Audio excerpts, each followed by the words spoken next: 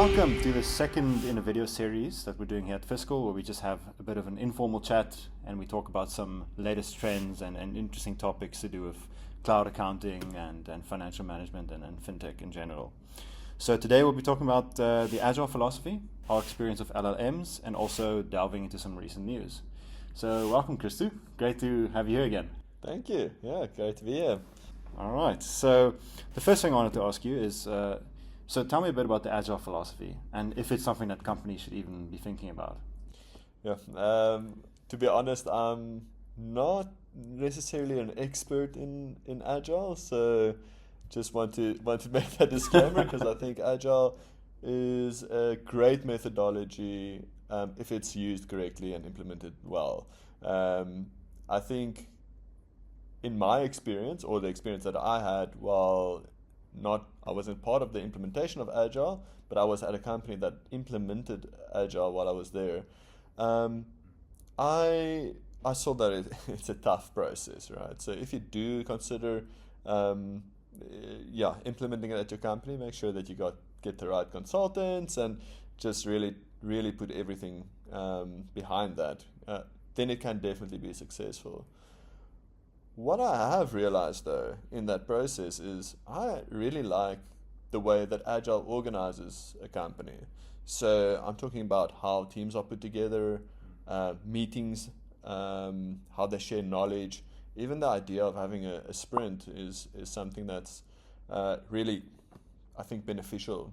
And that is what we actually did at Fiskal. So we used the practical part of agile and kind of made it our own and used the organization, I suppose, part of it and implemented that.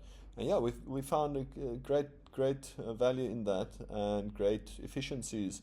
Having that structure, your stand-ups, your planning sessions, having guilds to share knowledge is really great. And I think the team really enjoys having a 2-week horizon where don't just have this massive list of tasks to go through. You know what you need to do in this 2 weeks. You get to review it afterwards, share your victories with the team, and also try and improve your processes. So that's the way we did it. I think other companies could do it that way as well. I think it's just if you want to adopt agile, you have to structure your contracts around it. With your clients, you need to structure a lot of things around it to really adopt that methodology and philosophy. But yeah, we just took the bits that we liked because just in the nature of what we do, agile won't work for us. The full agile methodology and philosophy. Okay, now, it does sound like quite a rigid kind of thing to have to implement the entire agile philosophy. So that's what I've always wondered about, because obviously every company can't adopt the entire thing because it will take a lot of changes in processes and SOPs will have to be created. So that kind of makes sense that you have to make it your own. You can't just adopt the whole thing easily. Well, for us, yeah. So other companies might feel different about that, but that's just how it worked for us. Okay, that's great. So basically, there's tons of LLMs out there. It's around the buzzword of AI. It's everywhere. There are so many different options to choose from. And so, can you just tell me a bit about the best one that you have experienced so far, and whether or not you'd recommend that people also jump over to that one? Well, yeah, we went through quite a journey to find the best one, and it was quite funny that I would say I took a 2-month period to really investigate the different options. So going from a standalone ChatGPT, Gemini, even DeepSeek, going through all of that to even a platform where you can access all the different API, LLMs through API. And what was quite funny and interesting during that period, basically all the biggest competitors released new models. So while you were testing? Well, yeah. So I just realized it's quite difficult to know which one is perfect for you at that moment, because I think it shifts around as new models get released, and I suppose as you figure out what you need to use it for. So personally, I use it for anything from summarizing an email to coding a bit of scripts or some automations, or even just creating a job description for that matter. Then you can use a different one for each of those, and it would be the best one. But there is, I suppose, it's impractical to have subscriptions to all of them. So in that journey, we actually landed on Gemini as our primary one. It integrates with our Google Workspace. It's actually part of the subscription, so that helped already. The team is already used to using the Google infrastructure, so we found some efficiencies there. And although it doesn't test the best on all the different tests, it gets the job done. It's frictionless actually for us.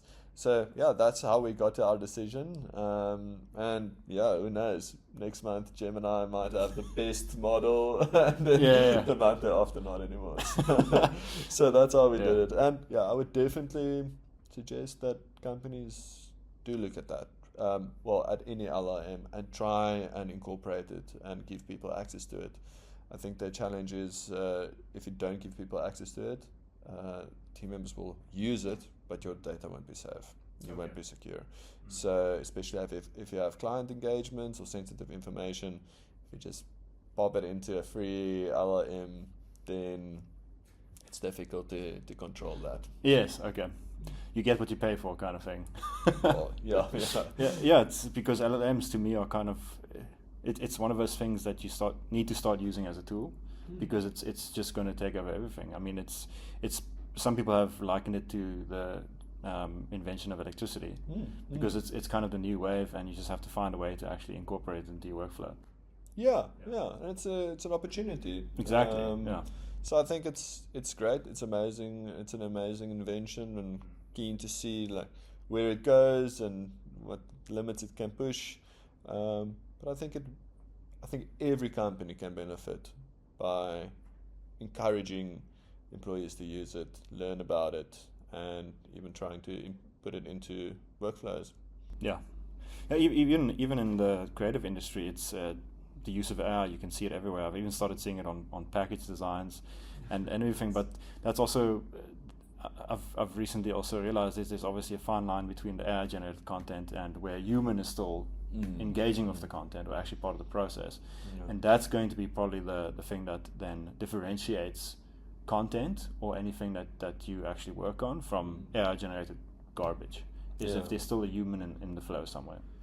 For sure, and that's central to our our values and purpose at Fiskal, is to say, well, we want to empower our team members to go pilot with AI, but we still believe in the human factor, because I think that's always going to be there, and that's where passion comes through. That's where just the human emotion, all of that really comes through for us. So yeah, I think you're right. Yeah. So then jumping over to the next topic. So I saw recently there was in the news that Spar, so this is a bit of local news, Spar had a bit of an implementation failure with the SAP. Can you tell me a bit about that? Because I have no idea what it's about. Yeah, geez, it's not the first time or the last time that an implementation will fail. In fact, a lot of ERP implementations fail. If you consider the approach that you need to take when implementing an ERP or any system for that matter, is you have to document all the processes, the people involved in the processes, how it would work for the current state of the business. So one of two things can happen is, first off, the people involved could leave in the process of the implementation. So what was initially scoped and the people involved with that and the information they give you can actually leave if it's a long horizon, which is common with with ERP implementations. It's multiple year implementations in some cases. So the initial champions you had in the company to write the processes, to train, to help drive the change, all of that, they could leave. And then also the processes in the company could change. So the company could evolve, new technology gets released, suppliers want to interact in a different way, and then suddenly you have you've got your processes already written out, and the implementation gets done based on those processes, and then it doesn't actually serve the company, especially once again if it's over a long period of time. So I suspect that's what happened there. It could. I have no idea about the company that implemented it, so I don't want to speak about whose fault it was. But I think it's just a interesting common thing that happens is that companies change, people leave, come and go, have different priorities.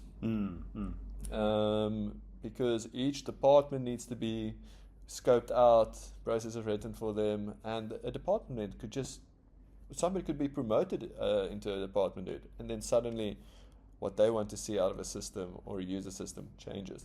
Yeah. So it is an organism, a living organism that you're trying to almost replicate into a different system, and that can be challenging. Okay. That kind of just highlights the importance of processes. We also like to talk about the people, process, and technology. I mean, that just highlights how important that is. Because if perhaps if proper processes were in place, something like that could be avoided. Could be. Typically, it depends on the maturity of the company. If you're more in the startup or SME space, it gets difficult. It's difficult to map those processes because, as I mentioned, things might change for you. You might get one big customer that suddenly changes the way that you need to do your packaging, and then suddenly your process changes. So yeah, it's an interesting space to be in. Obviously something we think about a lot and try and guide our customers through. A lot of our customers find a lot of value in that. The fact that we can help them processize, write down the processes, if they haven't done already, but also mold it to a new system or way of working, and collaborate on that, to get some successful implementations. Yeah. Okay. Yeah, because I found that quite fantastic. If you start filling a role that someone else has previously been in, and there's an SOP set up, a standard way of working, then you can just kind of get going where they left off, and that I find that extremely useful. I mean, that's the thing that makes it the happiest if there are proper SOPs. I think that's a crucial part for any business. And just to make sure that you don't lose knowledge along the way. Okay. But also that people are confident in what they should be doing. Yeah. Okay. I don't want anybody to be unsure about what they should be doing. They should be focusing on doing what they should be doing well. Instead of trying to figure out what am I supposed to do. So I can't stress it enough. SOPs are crucial and golden for any business. Definitely. Okay, great. Thank you very much for the chat. We will see each other again in a future video, and we will see you again next time.